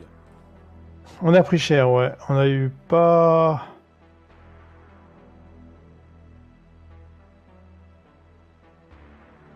De toute façon, les autres ils tenaient bien, donc ça va. Pas grave, on est combien? 9 sur 26, la vache. Roll20 c'est plus que c'était, bah non. Je suis d'accord avec toi, mon ami. La M&M c'est bon, mais ça me reste dans la corps. L'un des... Mais le problème c'est qu'il... Pardon, tu disais? Non, je voulais remarquer, ça veut rien dire, parce que il suffit qu'on inverse les statistiques, qu'on dise que les petits scores nous font gagner et les gros nous font perdre, on aurait plié le combat en 3 assauts. Ah Ça veut rien dire, quoi. La statistique en même temps, d'expérience de rôliste, je dois admettre que pour moi, des fois, les lois mathématiques sont du ressort de la croyance. Hein. Non, c'est pas de la croyance, c'est vrai. Mais le problème, c'est que c'est des grandes séries. C'est des grandes séries. DGD, ça veut rien dire. Attends, moi, sérieux, je vais te dire, en club de jeu de rôle, il y a un mec qui a fait, à L5R, il a sorti 8-0 d'affilée sur un D10, quoi. Le ND, il a fait 81 des poussières, quoi. Alors que statistiquement, c'est quasiment... Donc, statistique, c'est 0, c'est des dépouillés, c'est des PPM, quoi. C'est des participants millions. Mais ça arrive. Ça arrive plus mais le problème, c'est que ça ne devrait. Oui, ça arrive rarement, mais ça arrive, vraiment dire, j'aurais peut-être pu, mais il faut des grandes séries. Des fois, tu vas avoir des grandes séries, ça va pas, mais c'est des grands nombres. Ouais, c'est la loi de Murphy. T'as pas facile de tir. Ou la loi de Murphy, au choix. L'un des archers s'écroule, mais l'autre continue à se battre avec acharnement. Lancez 2 dés. Si vous obtenez 2 à 4, vous êtes blessé, perdez 3 points. Si vous obtenez 5 à 12, l'archer perd 3 points. On a récupéré Ah, d'accord. Parce que peut-être donc là, le texte considère qu'on a un avantage psychologique, je sais pas, on avance, on ne s'arrête plus, tu vois, je sais pas, peut-être qu'il... Voilà. Le combat étant extrêmement dur au départ, peut-être qu'il se dit on va contrebalancer maintenant et donner l'avantage au joueur, sinon il va être dégoûté. Ouais, mais... On va voir. 6. Voilà, attends, ça va être dur de faire moins de 4, ça va être dur de sortir. Heureusement, on est presque... bah oui. Non, on est mid-life. 9-9-18, 9-3-27, un tiers life, ouais. À 30% de nos possibilités. 5. Mais ils font continuer ces petits chiffres, hein, quand même. Ils veulent nous sortir un 4. Hein. Ils sont taquins, les dés. Plus qu'un. Plus qu'un. Allez. 7. Nickel, Michel. Non mais, Roll20, c'est génial. Ça te respecte tellement les probabilités que les dés peuvent même être cassés. C'est vrai? Oui, le dé peut tomber sur l'arête et tout, oui, si. Ça nous est déjà arrivé. C'est pas mal, ça. Alors... c'est magnifique. On a tué le deuxième archer. 136.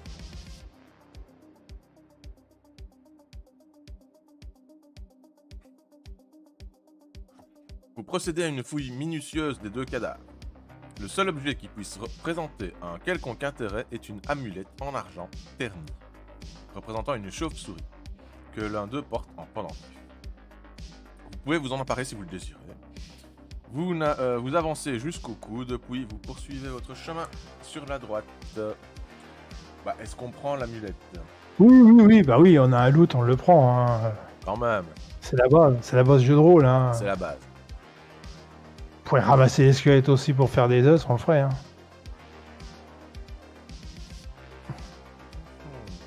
On est peut-être ici dans chômage de 392. On est peut-être dans des zones, des nouvelles zones. Ah, bah oui, 392 en plus, ça a l'air d'être... Ouais. Il y a des chances. Donc j'inscris l'objet. Cette fois-ci, on va noter précisément amulette en argent terni. Parce que si le texte est capable de nous demander, est-ce que vous avez de l'argent terni? Oui. Est-ce que vous avez du terni?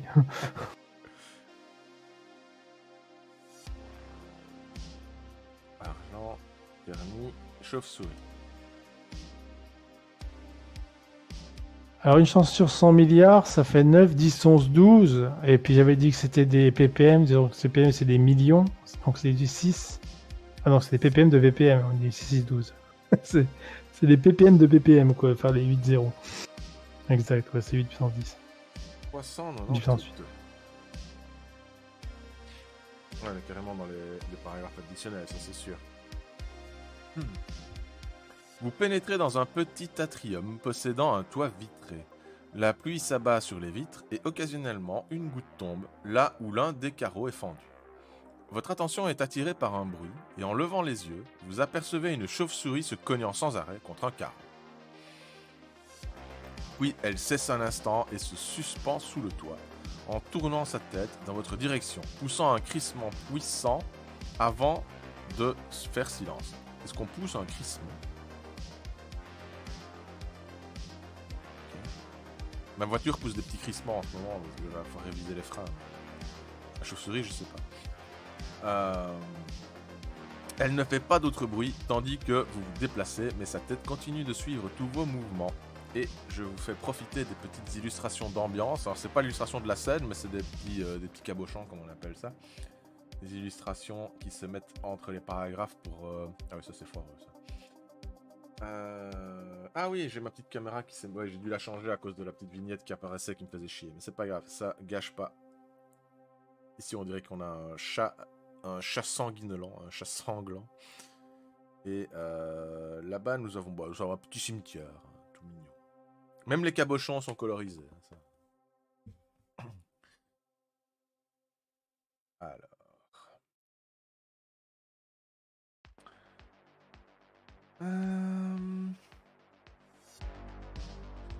Où va-t-on? Où va-t-on? On n'a pas le choix, on va au 285. Ça sent le rajout de paragraphe d'ambiance, ça. Qui nous ramène à l'aventure après. Dans la pénombre, vous ne remarquez pas le fil du piège tendu sur votre passage. Ah bon? Et marchez en plein dessus. Un grondement se fait entendre et une partie du plafond commence à s'effondrer. Jetez 2 dés. Si le chiffre indique que vous obtenez, si le chiffre que vous obtenez est égal ou inférieur à votre total d'habileté, vous ne perdez que 3 points d'endurance. Ok.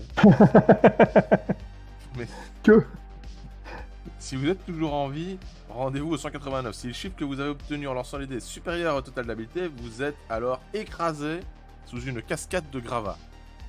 Il a encore un bas, ce que j'ai appelé un bas. Faut faire combien, chef? Je dois admettre que faut faire 8. 8 ou moins. 8 ou moins, donc 1 des 6 c'est bon.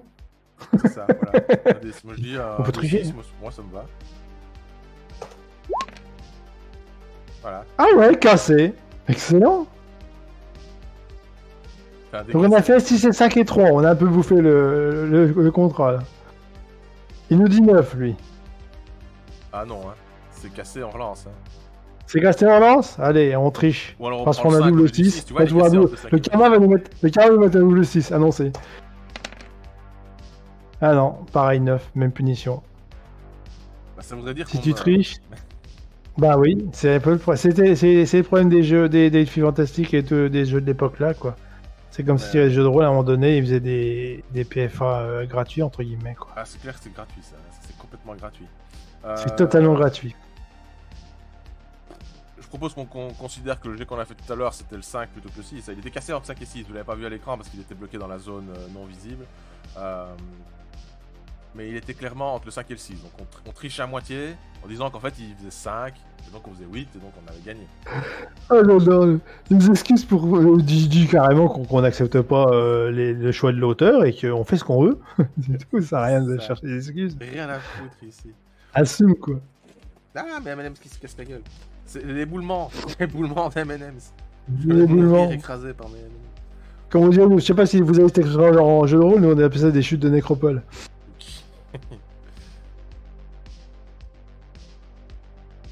189. On a perdu 3 points par contre. On a perdu que 3 points. Il nous en reste donc 6. Alors, attends, faut qu'on prenne des points de vie là, sinon on va mourir. On a quoi comme point de vie à récupérer? Pas beaucoup. Il nous en manque 20 sur 26. Non, mais on a en pension, on a que le 3. On a un baume de soin. Ah ouais, le 6 on l'a bouffé. Ouais, bombe de soin, fais le bombe de soin, annule le PFA là. Ok. Ça nous coûtera un truc, ça sera un peu plus honnête.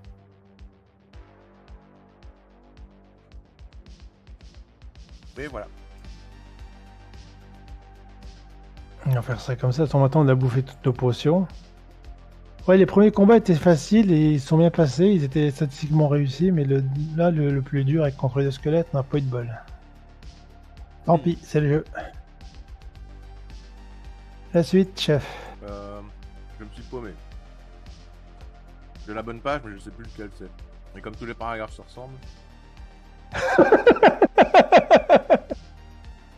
Je sais plus. Il y a des mots et des renvois. Euh, Je cherche un qui s'aligne par un PFA. Hein, Pas grave. c'est celui-là. Je retourne où on était. 285, tout ça. Faut vraiment que je me soigne. Je me paume partout. 189, ouais, c'était le premier. Vous suivez le long et sinueux couloir jusqu'à ce qu'il vous mène à un carrefour. Le couloir le plus large des 4 part vers la gauche. Vous décidez de prendre cette direction. Ah bah voilà, c'est arbitraire, on décide. Au bout de quelques pas, vous arrivez devant 2 portes. La poignée de la première porte est en cuivre incrusté de jade, et l'autre une poignée en étain constellée d'éclats de pierre de lune. C'est pas la première fois qu'on a des poignées spéciales. Donc des portes de riches. Mais c'est ça. C'est le manoir du baron Ténébron, il est riche. Donc oui, c'est ça, cuivre et c'est même marqué. Donc on a passé le c'est dans laquelle qu'on récupère des HP. Question de vie. Oh, on va tous je comprends mourir. pas, c'est pourquoi est-ce qu'on décide d'aller à gauche alors que d'après le plan, on pourrait très bien aller à droite. Parce que peut-être que le mec il a pas fait le plan. Que c'est le texte Qui nous a fait oblige à l'aventure. aller à gauche, hein, donc, Ouais. du coup, Ah oui. bon, on va demander au chat C'est un si peu on ouvre directif, la poignée hein. de cuivre ou la poignée d'étain. Oh, le chat. Non, en dépit d'apparence, ce n'est pas de l'équipement. Alors. Cuivre. Étain. Et l'autre, c'est quoi? Cuivre. Cuivre, étain.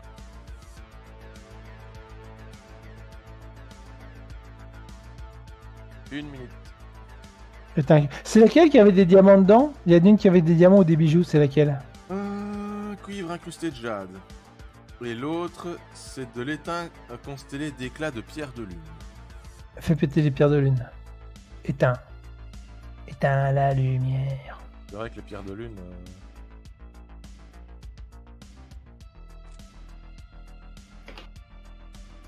Piel de lune.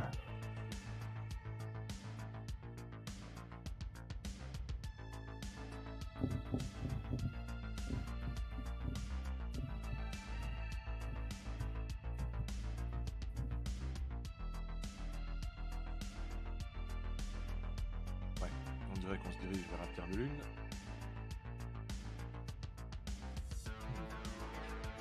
Peut-être que c'est un indice pour nous dire qu'on se ramène, qu'on se rapproche de la créature de la nuit.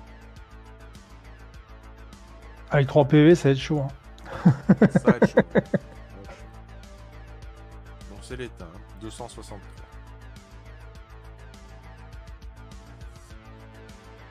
Ah, mais le carrefour de 4, c'est parce que justement tu viens pas de la gauche ou de la droite ou du bas. Ça va être un point, ça va être un paragraphe convergent, ça, non? Ah bah peut-être, je sais pas.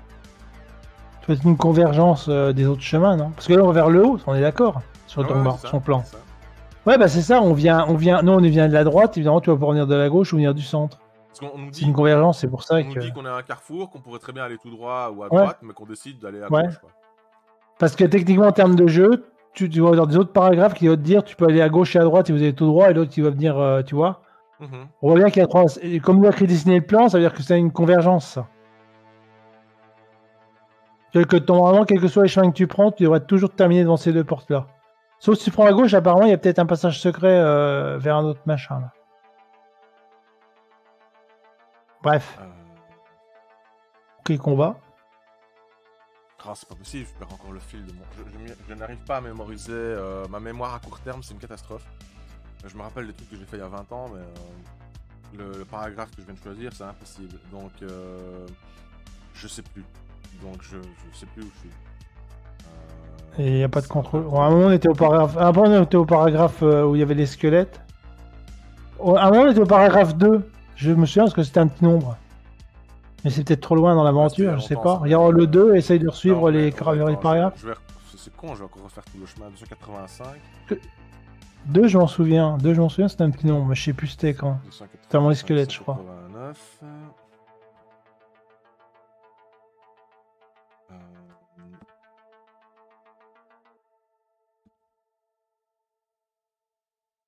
« 193. Voilà, poignée d'étain 263. Je devrais les mettre sur le sondage. Comme ça. Ok. Aussi, ouais. Ils ont T'as pas de plusieurs marque-page? paragraphes qui se réfèrent à des portes, à des poignées, des trucs. Du coup, je sais pas lequel prendre. Donc, dans la pièce où vous avancez, vous découvrez un piédestal scintillant taillé dans la pierre de lune. Sur ce piédestal repose une statuette en or représentant un cobra lové dont les yeux sont 2 rubis étincelants. Allez-vous vous approcher du serpent pour l'examiner de plus près. Pour refermer cette porte et essayer la porte à poignée de cuivre. Alors je vous montre l'illustration parce qu'elle y est. Le cobra.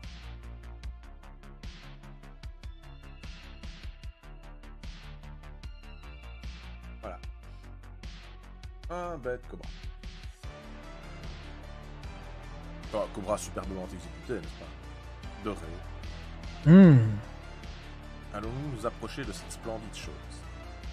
Ou repousser cela et ouvrir une autre porte? J'ai pas beaucoup de PV, je suis pas chaud pour faire une tentative de... Ouais, on voit bien ces pierres précieuses en guise dieu là. Ouais, mais celle-là, on me l'a déjà faite celle-là. Oh, des pierres précieuses. Tiens, je suis mort. C'est bizarre. Faut que j'arrête de regarder, comment ça s'appelle déjà? Indiana Jones? Oui. Bon, je vous remets un sondage et cette fois-ci je mets les numéros de paragraphes dedans. Examiner le cobra.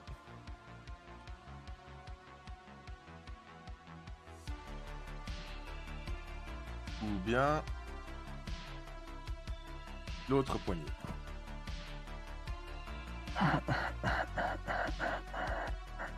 Quoi absolument crucial. Donc probablement la mort ou la vie du héros dépend. Bon, si je fais n'importe où.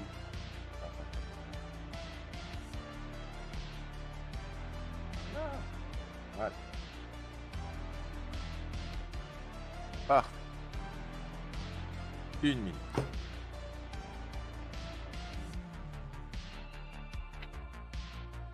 C'est vrai que je ne sais pas. Je sais pas trop si c'est une bonne idée de titiller ce cobra magnifiquement ouvragé. Non, à mon avis, on va jouer une petite bite là parce qu'on a pas de PV quoi. Ça fout le Ah PV, je roulais une pelle ou machin quoi. Il nous reste 9 Et là, on s'est pris une fessée monumentale, donc on va essayer d'aller le plus loin possible, mais je pense que c'est assez chaud de finir la boutique là. Bon bah, on va pour la poignée. Hein. Tout le monde a peur du cobra. À moins de trouver une méga potion de survie. 132.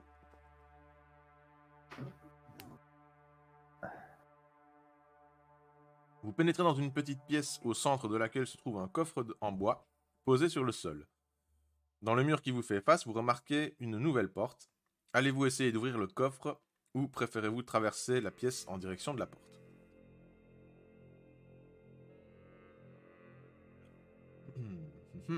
Quelque chose me dit qu'on se rapproche du but.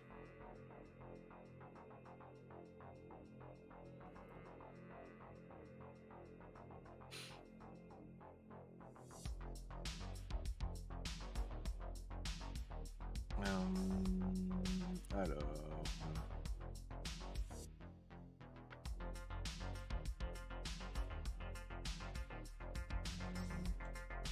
Donc le coffre ou bien... Même le coffre avec la potion de vie, on l'a déjà fait, donc je pense pas qu'on va s'en prendre un deuxième derrière. Non, même pas, j'espère que c'est un vrai coffre, celui-là, un gentil coffre. Ah, le coffre d'avant était gentil, donc... C'est vrai que le coffre enfin, semi-gentil, attends. Ah non, en fait, il y avait la corde et après, t'avais la potion dedans. Ah ouais. Ouais, il était neutre. Il y avait du gentil et des méchants dedans. Vous traversez la pièce. On va traverser le coffre. De nouveau, choix crucial. Crucial. Je le répète, nous touchons au but. Nous arrivons près de la crypte du vampire. J'ai l'impression qu'on a zappé un paquet de sections de l'aventure. Parce que tu connais déjà t'as déjà fait? Tu t'en souviens? La nouvelle version, non, j'ai jamais fait. Mais vu le plan, Et vu le fait qu'il y avait 100 paragraphes de plus, on n'a quasiment pas vu des nouveaux paragraphes. On en a vu un, qui était un paragraphe d'ambiance. Parce que la question est de savoir s'il a fait plus de paragraphes, il a fait plus de zones, ce qui veut dire que la zone est plus large, donc tu as plus de lecture, mais tu n'as pas rallongé l'aventure, tu vois, ça peut être ça aussi. Ça dépend que c'est que les amis, c'est paragraphes. Ou il les a mis à la fin, derrière la zone là où on est, par exemple, je sais pas. Bah, il les a concentrés, oui, sur... il y a très peu de paragraphes de la version originale qui ont changé.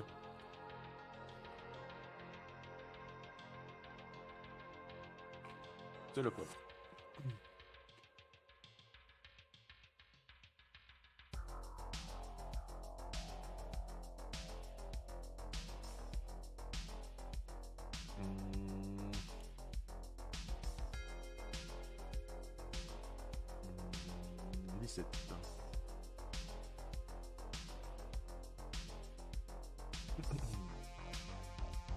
Le coffre n'est pas fermé à clé, et la stupéfaction peut se lire dans vos yeux lorsque vous découvrez qu'il est plein à bord d'or, de pierres précieuses et de bijoux. Vous êtes abasourdi devant tant de richesses. Portez-vous un casque d'or? Non. On n'a pas de casque d'or. On n'est pas casque doré.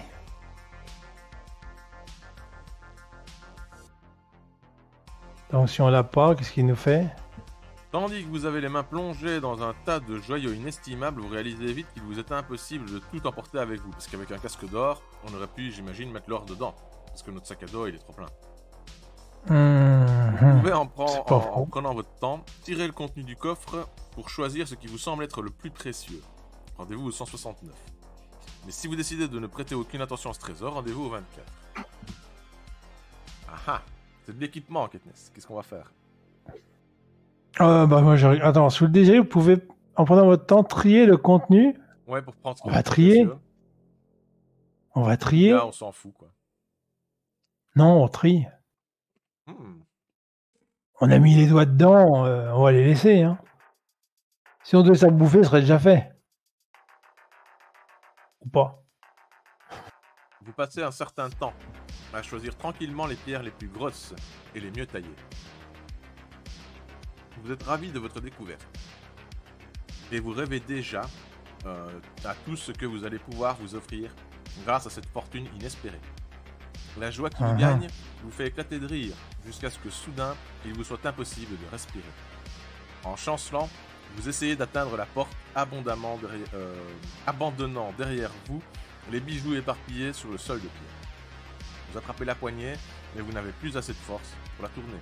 Votre cupidité vous a piégé dans une pièce qui se remplit d'un gaz empoisonné. Vous tombez en arrière, cherchant votre soupe, tandis que la vie vous quitte. Vous avez échoué dans votre quête.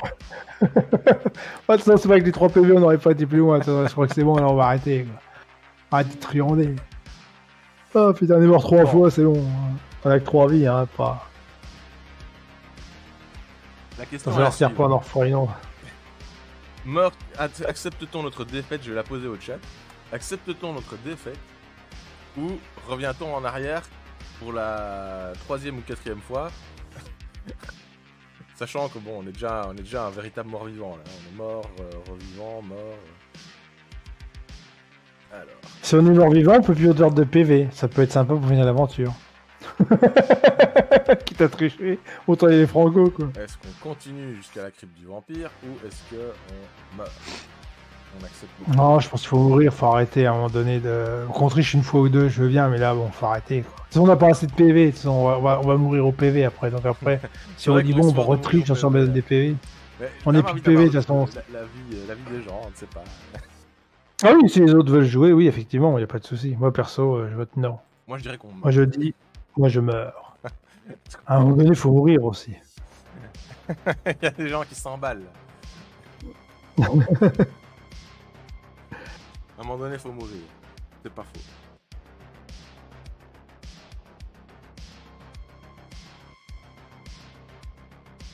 Dépense tes points. T'as raison. Là, c'est que ça sert. Mais bon, j'ai l'impression qu'on va mourir. Paye. Alors, les votes, 500 contre 290. Et puis, on est que 5 à regarder, mais il y a 8000 votes, cherchez. Alors. Moi j'ai mis 700 points, donc s'il y en a qui en envoient plus que moi, ça peut se résoudre assez facilement. Une minute de silence, ça marche.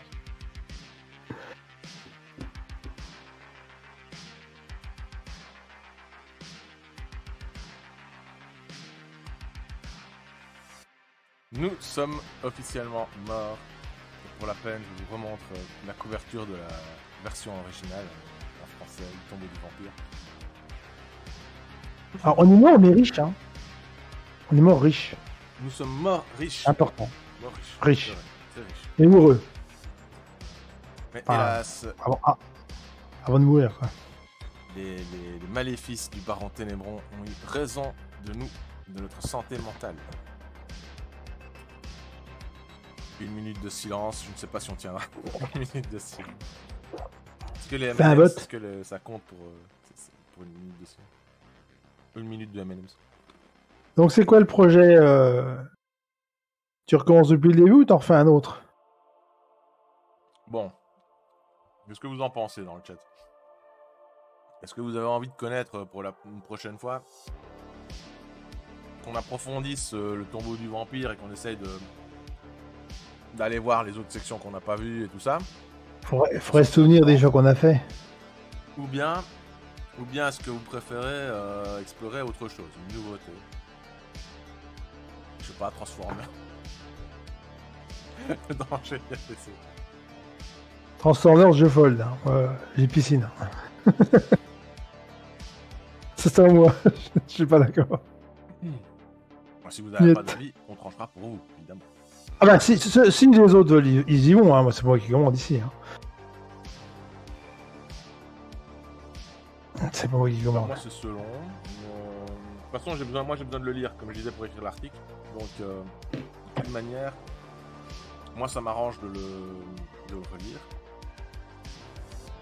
Mais sinon je le lirai tout seul. Mais il y en a des tas d'autres qui sont chouettes aussi. Un autre, même s'il est curieux de connaître la fin de celui-là, ouais. Et ça me dérange pas de le refaire. C'est mitigé. Non, ça me dérange pas de le refaire, mais il faudrait qu'on se souvienne des paragraphes qu'on a fait pour pas reprendre les mêmes, quoi. Pour être sûr de. Au début, on n'aura pas trop le choix, mais.